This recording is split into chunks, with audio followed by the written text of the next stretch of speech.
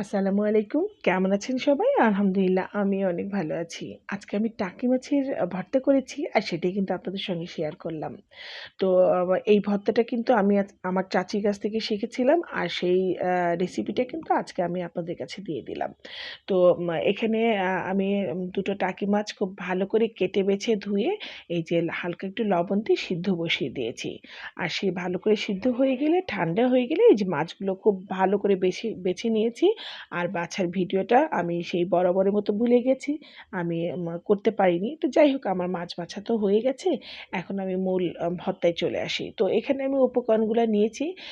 পেঁয়াজ, কাঁচামরিচ, ধনেপাতা আর আ আদা কুচি, স্বাদমতো লবণ আর পরিমাণ মতো তেল দিয়েছি। তো যাই হোক মাছগুলো কিন্তু আবারও একটু বেছে একটু দেখছি যে কাঁটা আছে কিনা।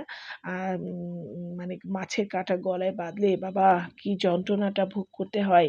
আমি কিন্তু একবার ভোগ করেছি। এজন্য খুব ভয় পাই। খুব ভালো করেও অবশ্য বাছি। আর যেহেতু আমার বাচ্চারাও খাবে সেহেতু আমি খুব মানে সাবধানতা অবলম্বন করেই কিন্তু ভর্তাটা করেছি। তো দেখুন আপনারা।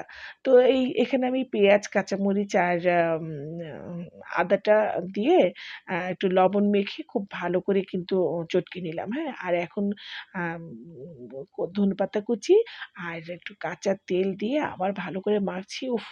কি দারুণ গন্ধ বের হচ্ছে। মানে আদা, সবকিছু কাঁচা দিয়ে একটু মানে মাখছি, খুব ভালো গন্ধ বেরোচ্ছে। তো যাই হোক আমার এই রেসিপিটা যদি আপনাদের ভালো লেগে থাকে অবশ্যই লাইক, কমেন্ট, শেয়ার করবেন।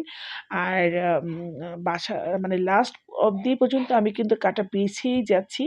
আম মানে খুব সাবধানে এই কাজটা করতে হবে। তো যাই হোক এভাবে কিন্তু আমি ৪ টা একটু লাড্ডু করেছি। কারণ সবার পরিমাণে মানে ভাগে কিন্তু পরিমাণে সমান হতে হবে। যেহেতু খুব টেস্টি খাবার। তো আপনারাও একবার ট্রাই করে দেখবেন আর আমার জন্য বেশি দোয়া করবেন। আল্লাহ হাফেজ।